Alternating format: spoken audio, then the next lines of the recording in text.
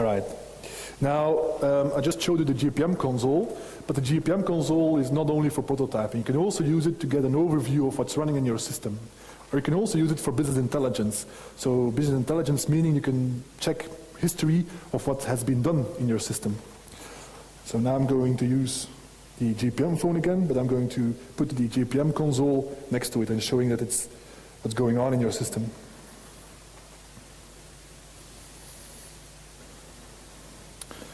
So I go to the Process Instances tab. There are no processes currently in the system, so I send a new ticket. Once again, starting from Brussels now to Antwerp.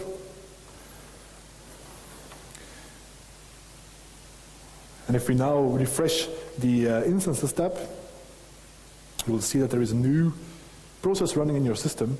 You can just check out where it is currently in the process. The variables are stored inside, and where Brussels is correctly stored. And you can see that we're now waiting again for the user input, for the accept message coming from our mobile phone. So if we now send the accept message,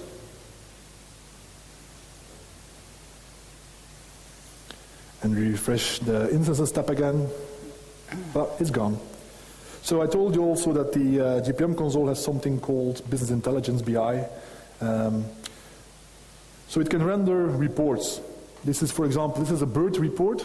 So if you know Eclipse Bird, you can just take this report. We ship with, I think, 4 reports, which you can just take in Bird. You can start making changes, customize it, replace it with something else. So very easy. So now I'm going to send them a new message. As you can see now, the report says I have 0 active instances. If I refresh the report, then I have 1 active instance. So this you can actually, because we're using Bird behind the covers, you can actually save this as PDF, as Excel, as Word, whatever the manager likes.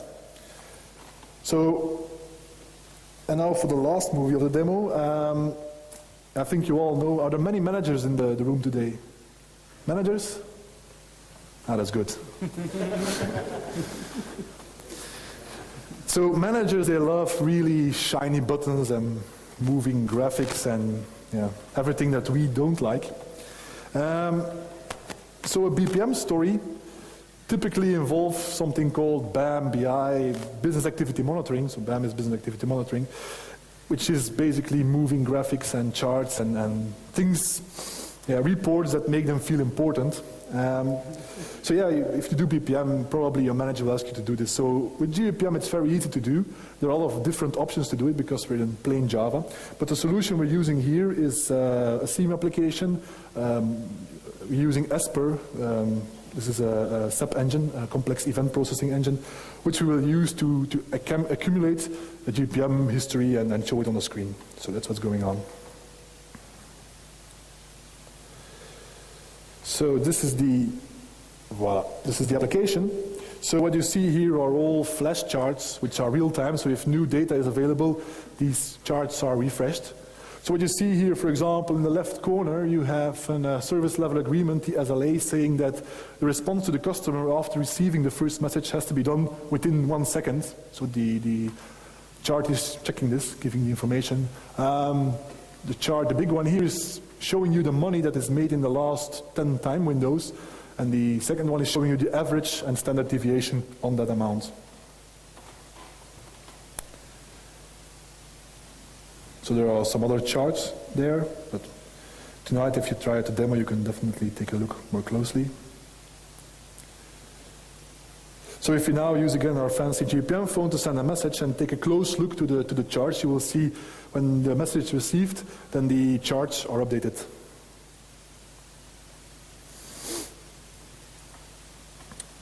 And I didn't see it, but yep. It happened in the left. So what you have seen is that the average time, the response time went from 800 milliseconds to 600 milliseconds or something. So if you now send the acceptance message, you can take a look at the money. You will see that new money is made because the ticket is paid. So there you have it. So this is real-time flash charts. Very easy to do. This application was actually written in just 2 hours on a lazy Sunday. Okay. Going back to the slide, Tom. on this little baby laptop. Okay, yeah. Okay, now I just know you're extremely excited to give jBPM a try tonight, and yeah, I can't blame you for it. And we made, actually one of our goals is to make sure that the getting started feeling, the first feeling you get when you download jBPM, is one that is very quick and you get a lot of love coming back from your screen. So what I'm going to show you in the last movie is we're going to try to install jBPM, install Tomcat, install example processes, install an in-memory database, install the JBPM console, and install Synavio, and we're going to try this to do in less than a minute. So probably you will see there are a lot of multitasking going on, and it would probably be a little bit fast for some people here, but yeah. Will we be able to do it? Yeah, it is. I think we can definitely make it even faster if we practice a bit. This was actually the second taping of the movie, so we did the first taping, which was rubbish, and the second one was right away, less than a minute. So here we go. So we're going to use an official timer to prove that we are not cheating. So we're going to run our AND script, which we ship, unzipping Eclipse, unzipping Synavio, unzipping JBPM console all together.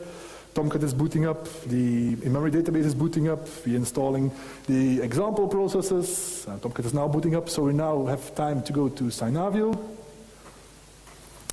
In the meanwhile, Eclipse is installing, so there is Synavio, we can make a new GPDL process. Eclipse is already booting. And you can also take a look at the JBPM console while we have time. There, Eclipse is a bit bugging me. So we log in. There's Eclipse, we can start working, yoo-hoo. There is the example processes in the JBPM console. You can start modeling away. Example processes are here, and clock. Wow, it's 57 seconds.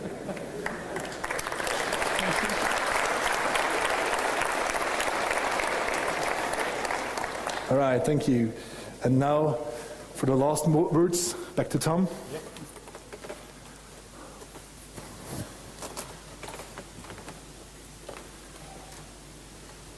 So, if there are any questions, well, there's no time now, but you can contact us afterwards. We'll be around here for a couple of more hours, and you can ask some questions. Definitely check out the website. And as some concluding words, you might have noticed that we mentioned open source a couple of times, which means, the most important aspect actually is that it's free, right? So it doesn't cost any money, so we have to make a living somehow, and we do this by selling services around it, mostly support. And that's why you see a difference between jboss.org and Jboss Enterprise. And jboss.org means that all of the software you saw now is free and open source. You can download the libraries. jBPM in itself is only one project, one library that you use and install in your application, right? But you might, if you're like a CIO and you have a big organization, you might want to standardize on JBoss technologies so it contains the app server plus JMS plus all of the other technologies, including rules, processes, and all that in kind of a single package. So we verify that combination of all those open source projects, and that leads to the packages that we call Jboss Enterprise. And once you have a subscription, then you can download the binaries. The sources are still available in open source, but you have to build it yourself. So if you have a subscription, you get the binaries, you can build your applications with it, and then you have all the options to support. And a big difference with all our commercial companies that sell software for licenses, right, is that we have to be good in services, because otherwise you will not become a client. And that's a big difference with commercial vendors. So our quality of service is a lot higher than for typical competitors. So we have some developer help, let's say, that we offer, and we go up to production support, to response times of 24/7 and one hour response time.